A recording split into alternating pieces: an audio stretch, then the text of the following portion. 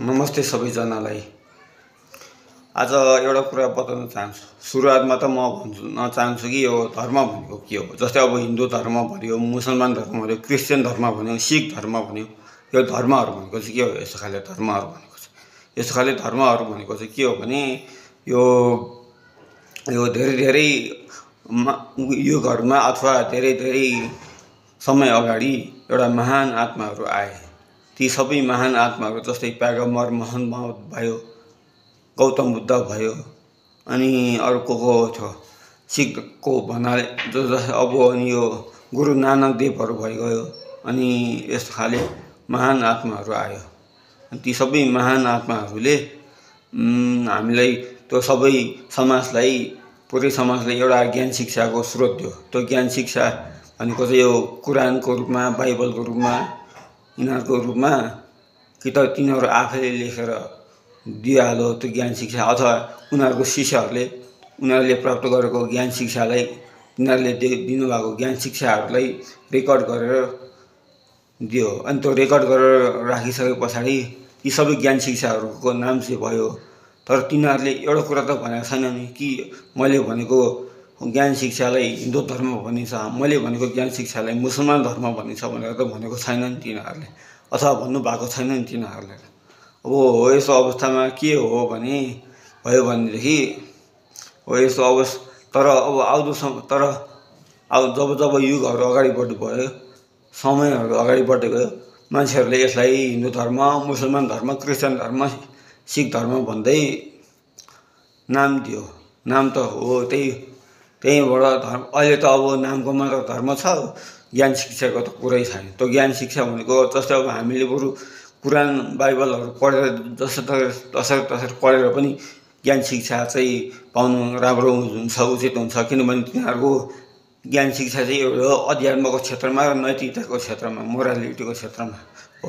तर तिनीहरूको यो मोरालिटीको जुन क्षेत्र छ हो त्यो क्षेत्रबाट ज्ञान शिक्षा पाउनु चाहिँ उचित हो। तर यो नामको मात्र धर्म गरेर मान्छेलाई पहिचान दिनु चाहिँ यो चाहिँ सबभन्दा ठुलो हराम हो हाम्रो समाजको लागि। त्यही भएर पनि होला उता इन्डियाको पहलगाम नाम गरेको ठाउँहरूमा आतङ्ककारीहरूले आएर हिन्दू धर्म हो कि होइन त मुसलमान धर्म हो कि होइन भनेर, अनि मुसलमान धर्म नभएको गैर मुसलमान भनिएकाहरूलाई चाहिँ गोलीले भुटेर मारिदिइहाल्यो। जसमध्ये हाम्रो एकजना नेपाली नागरिक पनि थियो, सुदीप न्यौपाने भाइ हो। सुदीप न्यौपाने भाइ को हो त भन्दाखेरि स्वास्थ्य स्थिति पब्लिक हेल्थमा काम गर्ने रहेछ। पब्लिक हेल्थ भन्नाले पनि एक किसिमले यो स्वास्थ्य कर्मी नै हुनुहुँदो रहेछ उहाँ पनि। अनि एउटा स्वास्थ्य कर्मी, एउटा हाम्रो नेपाली समाजको एउटा सच्चा सपुत। अब एउटा कुरा के हो भने अब अहिले चाहिँ अब इन्डियाले ठुलै कारबाही गर्ने, सैन्य कारबाही गर्ने निर्णय लिइरहेछ।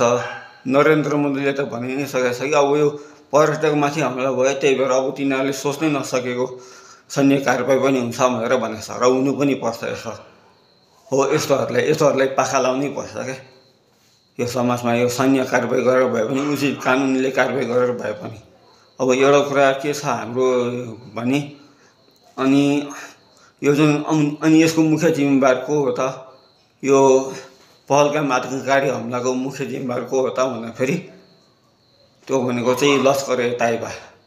लस्कर ए ताइबा चाहिँ भारतको पुरानो दुश्मन हो। भारतमा त अब लस्कर ए ताइबाले गरेको 26 क्यारेको हमला त अहिलेसम्म पनि भुल्न सकेको छैन। 26 क्यारेको हमला भनेको के हो त भन्दाखेरि लगभग सन् 2008 नोभेम्बर 26, त्यही भएर 26 क्यारा भनेको हो। त्यो नोभेम्बर 26 को दिन रातिको 9:30 हो कि कति बजीतिर हो, अचानक कहाँबाट हो यो 10वटा आतङ्ककारीहरू आउँछ। 10वटा आतङ्ककारी, ती आतङ्ककारीहरू पनि लगभग 16-17 वर्षको उमेरको अथवा 18-19 वर्षको उमेरको छोटै उमेरको युवाहरू पनि थियो हो। त्यो छोटै उमेरको युवाहरू चाहिँ 10वटा आतङ्ककारी बनेर यो भारतको समुद्रसम्म आइपुग्यो, तटसम्म आइपुग्यो। अनि त्यहाँबाट त तिनीहरूले चाहिँ फेरि यो सिभिल ड्रेस लगाएर अनि सिधै गनहरू बोकेर आइरहेछ ब्यागमा, जुन कुरा चाहिँ कसले पनि थाहा भएन। अनि तिनीहरू चाहिँ आइसके पछाडि चाहिँ तिनीहरू चाहिँ लगभग भारतको मुम्बईको 5 वटा अलग अलग ठाउँमा बाटिन पुग्यो। सबै 5 वटा अलग अलग ठाउँमा दुई जना बाटिसके पछाडि चाहिँ तिनीहरूले आफ्नो ब्यागबाट गन निकाल्यो अनि अन्धाधुन्ध फायरिङ गर्न थाल्यो। जसमध्ये 100 जना भारतीय नागरिकहरू त्यही थरै मारिसकेका छ तिनीहरूले। अनि केही समय पछाडि चाहिँ लगभग यो 4-5 दिनै भयो। 4-5 दिनै भइसकेको थियो युद्ध चाहिँ जारी भएको।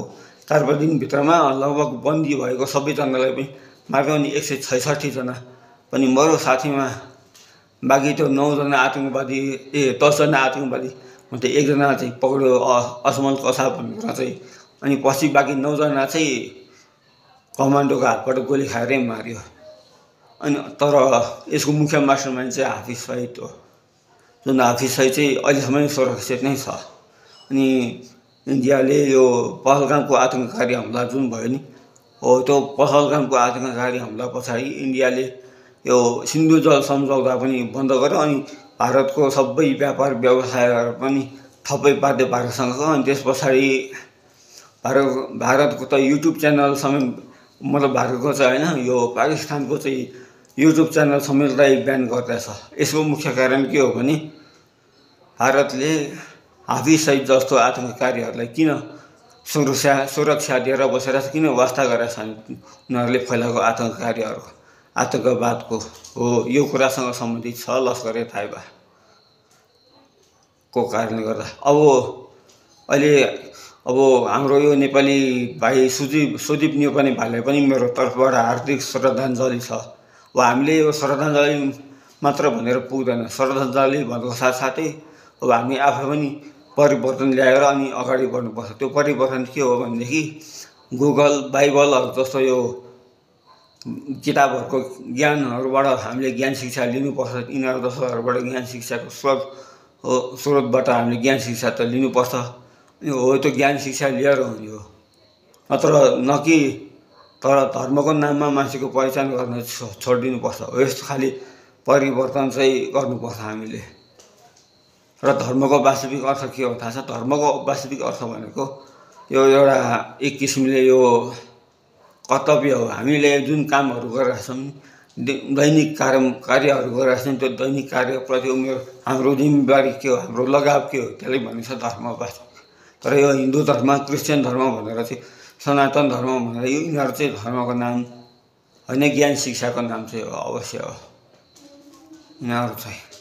त्यही भएर आज यति नै भन्न चाहन्छु। धन्यवाद छ सबैजनालाई।